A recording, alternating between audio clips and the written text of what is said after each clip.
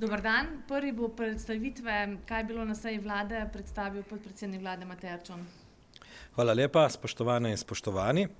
Vlada je na zaprti seji, se pravi prvem delu, ki je bil zaprt, obravnavala napovedane lastniške spremembe Ljubljanske borze, ki jo želi prevzeti hrvaška državna agencija FINA.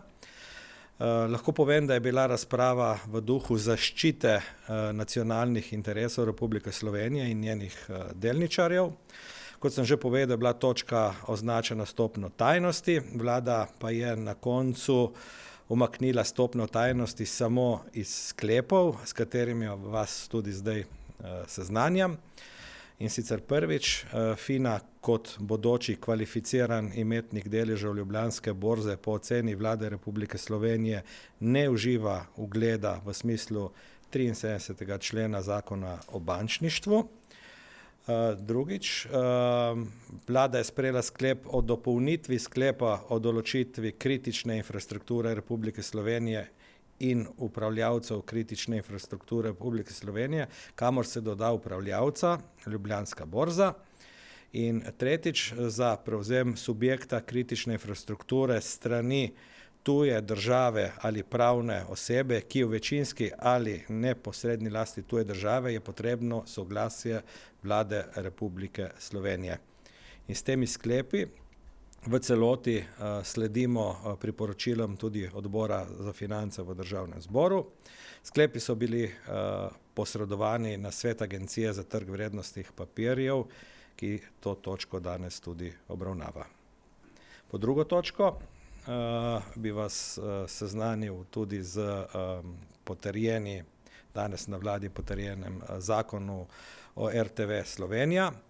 In sicer na novo se določa, kaj vse obsega javno službo, in sicer se vanjo umešča glasbena produkcija in pa višina financiranja manjšinskih programov ter glasbene produkcije iz sredstev državnega proračuna.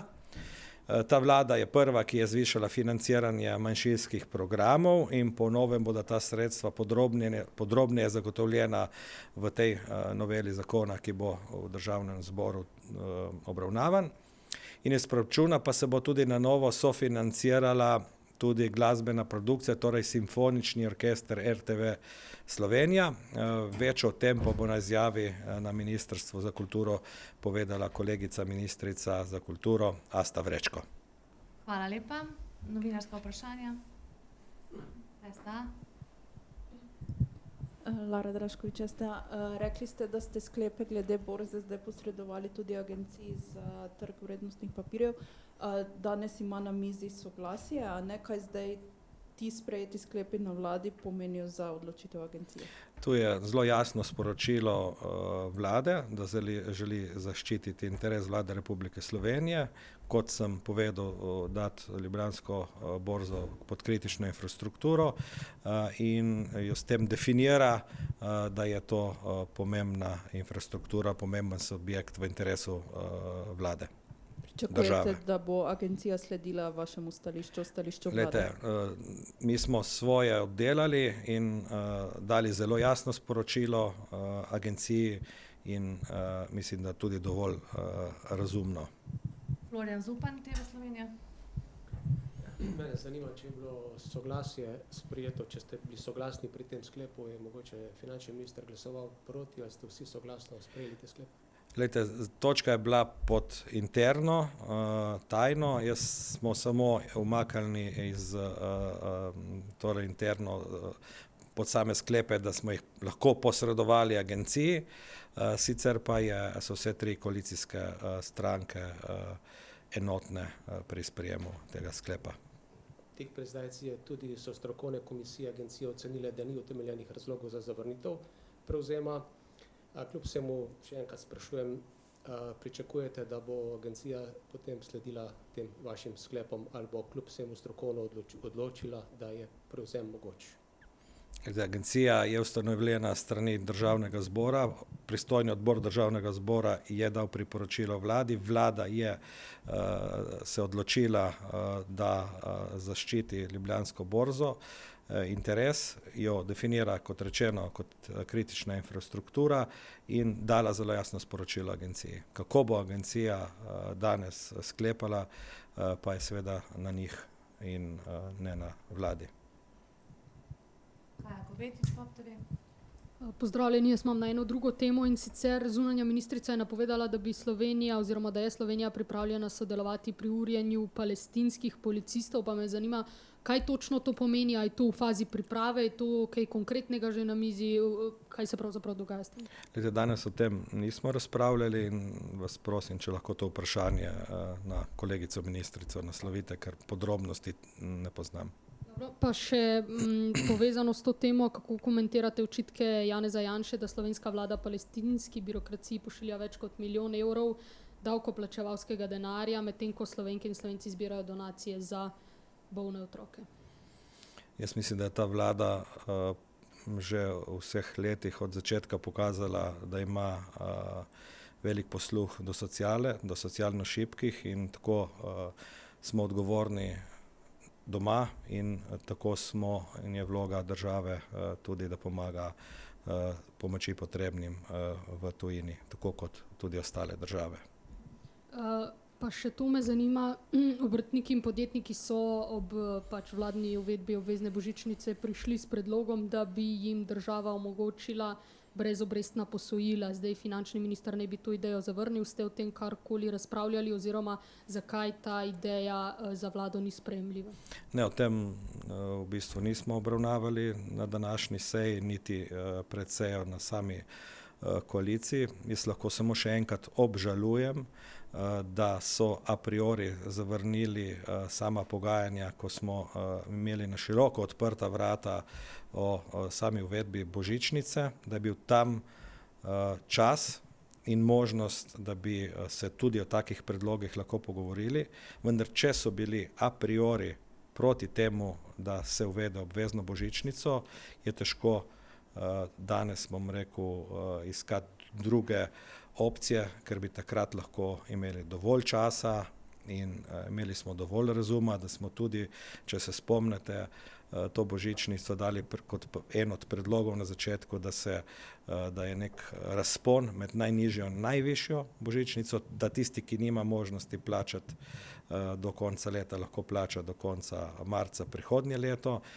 Imeli smo resnično željo in voljo, da se o tem pogovorimo in dogovorimo, vendar z nasprotne strani ni bila ne želja, ne volja, da bi se o tem pogovarjali, ampak so bili v okopih, da so proti temu, da je božičnica obvezna. In takrat manevrskega prostora pač ni bilo več. Hvala lepa. Hvala lepa, podpredsednik. S tem smo izčrpali Hvala. vprašanja. Zdaj pa se nam bo pridružil minister za gospodarstvo, turizem in šport Matjaž Han, ki bo predstavil pomembno sprejeto odločitev in sicer sprejeti predlog novele zakona o športu. Izvolite, minister. Najprej lep pozdrav, hvala lepa za to možnost, da predstavim za moje pojme zelo pomemben zakon, kar se tiče športa. V tem mandatu gre seveda za novelo zakona, ki ga je športni delavci, športniki čakali več let. Naj vendar na začetku povem, da je Slovenija športna velesila. Po zadnjih podatkih smo celo 3. na svetu in naši športniki na nek način osvajajo olimpijske medalje, naslove na svetovnih prvenstvih, evropskih prvenstvih in v bistvu dvigujejo ugled naše države, predvsem pa, kar se meni zdi najbolj pomembno, ta slovenski narod povezujejo. In če želimo, da bo to tudi v nadaljevanju šlo s tem tempom naprej, seveda moramo na nek način poskrbeti za same športnike, seveda najprej na začetku kariere, potem skozi vrhunska leta, pa tudi, kar je zelo pomembno, po obdobju, ko športnik konča svojo športno pot. Zato smo pripravili predlog, ki je prvič nastal v tesnem sodelovanju z športniki, trenerji, panožnimi zvezami, Olimpijskim komitejem Slovenije, Ministrstvom za finance in Ministrstvom za delo in se vsem skupaj zahvaljujem. Je seveda široko usklajen, predvsem pa je finančno vzdržen, kar je zelo pomembno, in rešuje konkretne probleme. Prvič, Naj povem, da bodo dobili športniki dodatek k pokojnini za nekdanje delo oziroma tudi nekdanji vrhunski športniki. Mnogi športniki, kot veste, so v svojem življenju posvetili tekmovanju za to našo domovino in imajo zelo nizke pokojnine. To za moje pojme ni prav, zato bomo za novelo uvajamo dodatek k pokojnini do razlike 1100 evrov oziroma največ 300 evrov in verjamem, da bomo s tem vrhunskim športnikom omogočili malo boljšo starost in to, kar se mene tiče, tudi izraz spoštovanja. Drugič, zelo pomembno ustanovili bomo nacionalni karierni center za športnike v okviru OKS-a.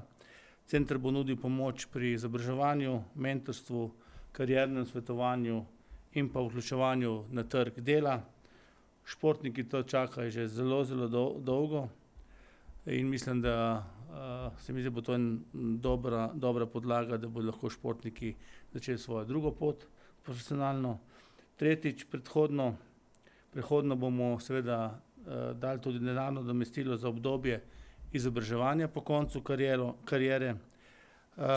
S tem uvajamo prehodno denarno nadomestilo za športnikem po koncu kariere in seveda olajšamo obdobje izobraževanja, usposabljanja, ker nekateri športniki za to nimajo svojih prihodkov. In četrtič, vi veste, da smo imeli, imamo kopico nekih dolgoletnih trenerjev, ki žal nimajo športne srednješolske izobrazbe. Gre za posameznike, ki imajo pa več kot 20-30 let trenerskega dela in bi po prejšnjem zakonu žal izgubili licenco za opravljanje svojega poklica. To bi bila neizmerna škoda za slovenski šport in zato smo seveda tudi to naslovili. Tako da ohranjamo znanje, ohranjamo izkušnje, predvsem pa ohranjamo mentorstvo ljudi, ki so vzgojili generacije in generacije naših športnikov. Se pravi, ta zakon na nek način vrača varnost, stabilnost, predvsem pa spoštovanje našim športnikom. Je celovit, je razvojno naravnan in v bistvu krepi temelje slovenskega športa. Evo, hvala lepa. Hvala lepa. Vprašanja? Kaja Kobetič, izvoli.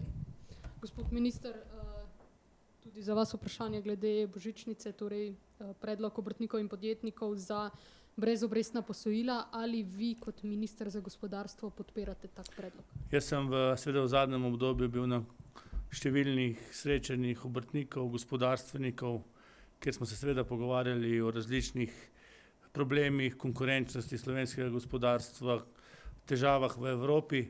Zadnji predlog zaradi izplačila božičnice že v tem letu, da ne bi nekateri zamikali v naslednjo leto, je bil ta predlog, da bi mogoče SPS, v tem primeru Slovenski podjetniški sklad, dal te mikrokredite za podjetja. Mi nismo a priori to zavrnili, preučujemo možnost, ali je to sploh mogoče tudi zakonsko, tako da če bo mogoče, jaz ne vidim razloga, da ne bi se na nek način zakreditirali, zato da splačajo božičnico prej in potem vrnejo ta sredstva SPS-u. Ali ste o tem govorili s finančnim ministrom, glede na to, da ne bi obrtniki nekako dobili strani gospoda Boštjančiča zavrnitev? Tega ne poznam. Veste, jaz na mizo dobim vsak dan veliko predlogov. Tisti predlogi, ki se mi zdijo smotrni, da bi lahko država pomagala, in država je v tem obdobju veliko pomagala gospodarstvu, jih je treba preučiti in če zakonske podlage in pa, bom rekel, na nek način omogoča to, jaz ne vidim nobenega razloga. Ker drugače se bojo mogli verjetno pa tudi nekateri zakreditirati na komercialnih bankah. A pa menite, da bo tu posluh? Vemo, da pač imate kdaj nesoglasja v takšnih primerih s finančnim ministrom? Jaz sem minister za gospodarstvo, gledam, bom rekel, relativno včasih zelo ozko, ampak na koncu živimo v tej Sloveniji in jaz mislim, da je božičnica dobra stvar. Nenazadnje 18. decembra bo kar nekaj ljudi, pa veliko ljudi dobili to božičnico, ki jo bo zopet, bom rekel, spravila v obtok, mogoče nekaterim polepšala novoletne praznike. Plačal se bo zopet DDV, gostilne bojo mogoče bolj polne, trgovine bojo bolj polne, nekateri bojo lahko plačali kakšne račune, tako da iz tega vidika kot socialni demokrat to absolutno podpiram, tako da verjamem, da bo zadeva šla relativno mirno skozi. Samo še boste morda v okviru tega predlagali tudi, da se SP-jem zviša davčna olajšava, boste tudi v okviru teh predlogov? Ne, ta moment imamo te predloge na mizi, mi imamo naslednji teden tudi sestanek z obrtno zbornico, bom rekel, tudi za drugih zadev, bomo preučili, ampak realno, zdaj pa tako rekel, realno, jaz ne ocenjujem, da bi lahko zdaj v tem momentu pred novim letom, pa tudi zaradi procedure v parlamentu sprejemali kakšnokoli davčno zakonodajo. To je realno stanje. Še kakšno vprašanje? Florjan Zupan. Tudi vi, minister, ocenjujete ta korak glede borze kot državotvoren, glede na to, da so prejšnje politike dokaj nedržavotvorno ravnale pri nekaterih propadih slovenskih podjetij, govorimo od Adrie, Mercatorja, Splošne plovbe, je tukaj razumemo kot državotvorni korak ta preprečitev hrvaškega prevzema Ljubljanske borze? Jaz mislim, da je to bil in da je to edino smotrn in normalna odločitev vlade in jaz osebno absolutno podpiram vse tri sklepe in tudi naša stranka.